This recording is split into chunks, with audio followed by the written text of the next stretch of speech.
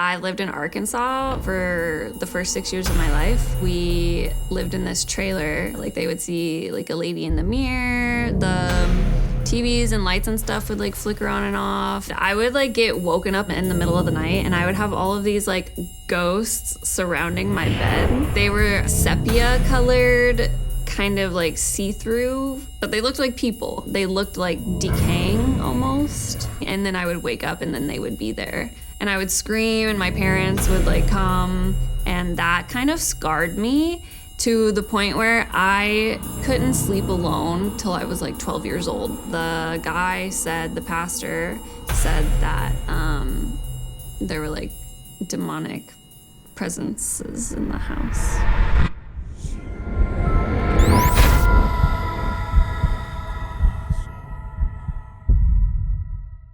My name is Casey Elliott. I am originally from Michigan, but I moved to LA from Portland, Oregon. I do catering, valet, and bartending and serving. I think ghosts could be multiple things. I don't think I have a specific, like, definite answer. I have theories. Like, I think that they could be trapped souls here, like they can't find their way out, like they're lost for whatever reason. I lived in Arkansas for like the first 6 years of my life. We lived in this trailer and I would like get woken up in the middle of the night and I would have all of these like ghosts surrounding my bed. They were like sepia colored, kind of like see-through ghosts, but they looked like people. They looked like decaying almost. And that would happen all the time. And I would also know when that was gonna happen. I would have these like deja vu sort of experiences. Of course, when I was little, I didn't know what that was. Like, I couldn't explain that. But it wasn't sleep paralysis because I was like sitting up in my bed. I would like sit up and I was able to move and stuff and scream and everything, but I would like see the future of it happening and then I would wake up and then they would be there. And they didn't talk or anything. They were just like surrounding my bed. And I would scream and my parents would like come. You know, a lot of times I would like make my dad like sleep on the floor or sleep in the bed with me because I was so scared. And that kind of scarred me to the point where I couldn't sleep alone till I was like 12 years old, like hardly at all. Like I was super scared. After my parents were divorced and me and my mom moved up to Michigan, which is where I like grew up from like 7 to 18, I would still go in to visit my dad in the summers. And then he got married to my stepmom and she has 6 kids. And they all started seeing things in the house too. Like they would see like a lady in the mirror, the TVs and lights and stuff would like flicker on and off. So my dad, he had like a pastor come to the house and like bless the house or whatever. And the guy said, the pastor said that, there were like demonic presences in the house.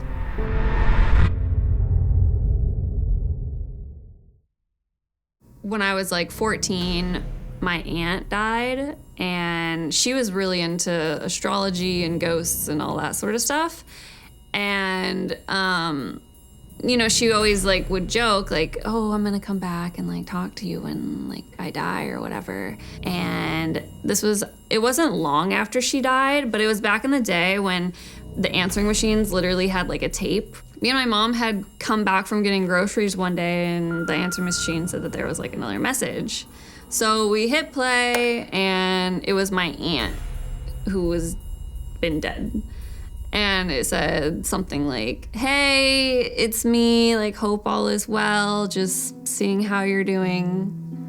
And me and my mom, we like started crying and freaking out. And then we were like, well, maybe, you know, it's just an old message or something. Maybe we hadn't checked our messages. But it said it was from that day.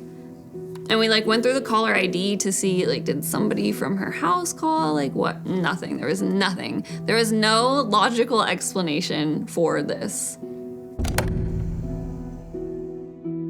I just got hired at a hotel. So we're standing there with like trays of champagne and wine, waiting for guests to come in. And the girl next to me, who I work with all the time, she's awesome. All of her glasses, they all fall back on her. And I'm like, okay, that was weird because she doesn't normally spill things. Like she's, she knows what she's doing. So she goes and cleans it up. Literally just a couple minutes later, I'm standing there with mine, and then all of my glasses fall back onto me. They fall back. They just all fall back like this. They weren't like the tray, and people were like, you didn't even move. I was like, I know. And then so me and her are both standing next to each other after we go get more glasses, and I'm like looking at her because I'm feeling like, it felt like the tray was like trying to be like blown away by the wind or something. Except there was no wind. There was no air conditioning. There was no fans. There was no wind. Also, the trays are like full of glasses with liquid in them, so they're fairly heavy enough to where no amount of air is gonna like blow them.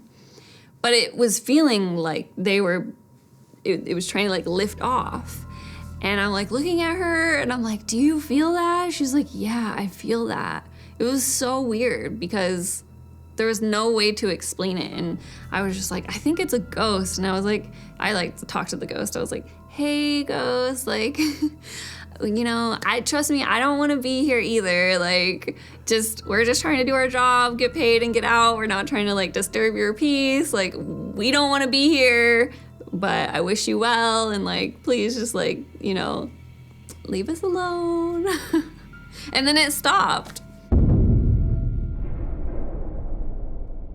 And I had been there a couple times. It is kind of eerie in there just because it's like old. But then I had like looked up the building and it said that somebody had died there in like the 60s, I think. I can't remember, but somebody had died there. They had fallen off the balcony apparently. I work as a bartender at a hotel. This was just a couple nights ago. I was in the kitchen. And it's dead. It's like 2 days before Thanksgiving. There's only like 20 people staying in the hotel. It's the only bar, there's 2 bars. There's one downstairs and one upstairs. The only bar that's open is the one upstairs. Nobody is in there. Nobody is here. Like there's nobody. And I'm just in the kitchen hanging out. I'm sitting on the chair just as I am right here. There's a door right across from me, not far. It's like one of those swinging doors that open both ways. And there's like a little window in the... And I'm like looking at my phone, but I'm just chilling. And then all of a sudden out of the corner of my eye, I see like the door like start to open. Like it starts to open and I'm like, oh, is somebody there? And then it closes. It like kind of moves back the other way. So I'm like, oh, did somebody like... I was thinking it was like a guest or something looking for somebody because that had happened a couple nights before where nobody was around. So they like came in the kitchen to be like, hey, are you guys still serving food or anything? Which was weird, but I that's what I thought was happening. So I like get up right away and I like look out the window and there's nobody there. There's nobody there. And there's like, it's completely, as soon as you look out the window, you can see everything. Yeah, there's nobody there. There's no wind, it's a heavy door, it doesn't move.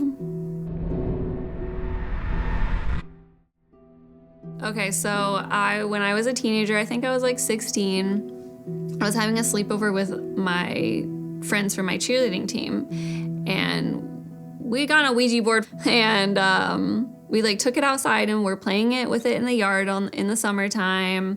It was like, I don't know, 6 of us or something. We're like talking to this like 12-year-old kid. I don't remember his name or anything, but he was like, he would like spell out like, you need to leave.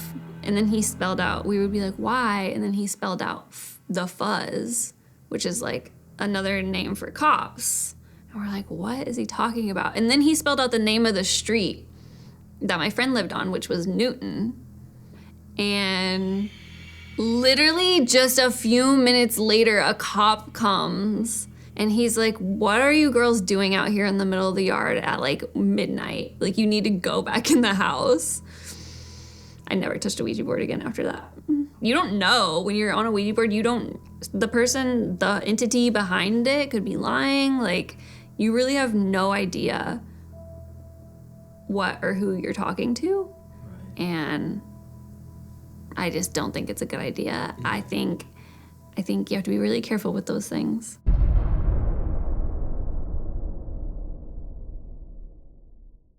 So I guess all of my ghostly encounters, it opened my mind to the possibility of something else. And it also gave me a sort of comfort knowing that there is something out there, whether it be good or bad. You know, like, I think that there are like demons and stuff like that and like bad entities and stuff. But I think there is also good ones. So, but you know, you got to be careful for sure. Yeah, because you don't want to open yourself up to something bad.